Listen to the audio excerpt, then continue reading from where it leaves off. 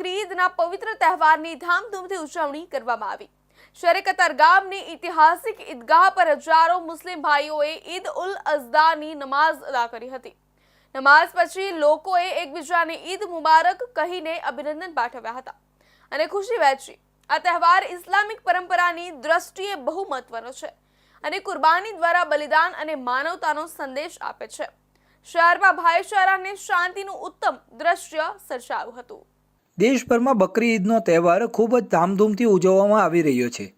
સુરતમાં બકરી ઈદને ઈદ ઉલ અઝહા, ઈદ ઉલ ઝુઆ અથવા ઈદ ઉલ બકરા તરીકે પણ ઓળખવામાં આવે છે।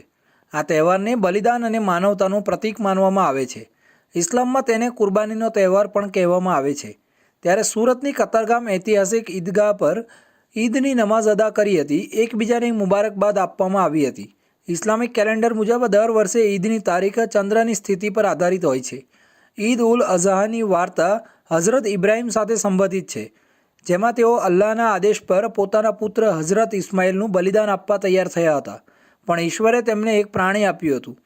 તેથી આ દિવસે બકરી, ઘેટાં અથવા અન્ય પ્રાણીનું બલિદાન આપવામાં આવે છે। બકરી ઈદ પર સૌથી મહત્વપૂર્ણ વિધિ કુરબાન છે। આ કુરબાની દ્વારા સંદેશ આપવામાં આવે છે કે અલ્લાહના નામે કંઈ પણ કુરબાન કરવાની હિંમત રાખવી જોઈએ। સમગ્ર ભારતની સાથે ગુજરાતના મુસ્લિમ બિરાદરો પણ આજે બકરી ઈદનો તહેવાર ધામધૂમથી ઉજવી રહ્યા છે। આજના તહેવાર નિમિત્તે પોલીસ વિભાગ તરફથી હું સૌ મુસ્લિમ બિરાદરોને ઈદના ખૂબ ખૂબ મુબારક આપું છું અને આપનું આવનારું વર્ષ ખૂબ જ આશાસ્પદ અને સારું નીવડે એવી ईश्वर ने प्रार्थना करूँ छूँ। कुर्बानी जो है अल्लाह के रसूल सल्लल्लाहु अलैहि वसल्लम से उनके शिष्य ने यानी सहाबा किराम ने अर्ज़ किया। सहाबा किराम रिज़वानुल्लाह ताला अलैहिम अजमईन ने अर्ज़ किया कि या रसूलुल्लाह सल्लल्लाहु अलैहि वसल्लम कुर्बानी क्या है? तो अल्लाह के रसूल सल्लल्लाहु अलैहि वसल्लम ने फरमाया मिल्लत अबीकुम इब्राहिम, यानी तुम्हारे बाप हज़रत इब्राहिम अलैहिस्सलाम की सुन्नत है।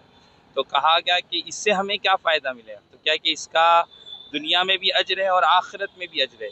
ये इसके इस जानवर के हर एक पाल और हर एक खाल के बराबर एक नेकी का सवाब मैसर होगा।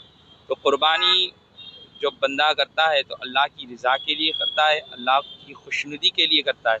ઈદ ઉલ અઝહા એટલે કે બકરી ઈદ માત્ર એક ધાર્મિક તહેવાર નથી, પણ ખુશી અને સંવાદિતાનું પ્રતીક પણ છે।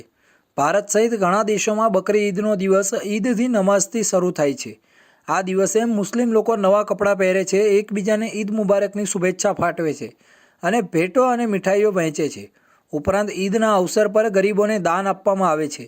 સાઉદી અરબના લોકો બકરી ઈદના એક દિવસ વહેલા ઉજવે છે, જ્યારે ભારત, પાકિસ્તાન, બાંગ્લાદેશ અને મલેશિયામાં આ તહેવાર બીજા દિવસે ઉજવવામાં આવે છે।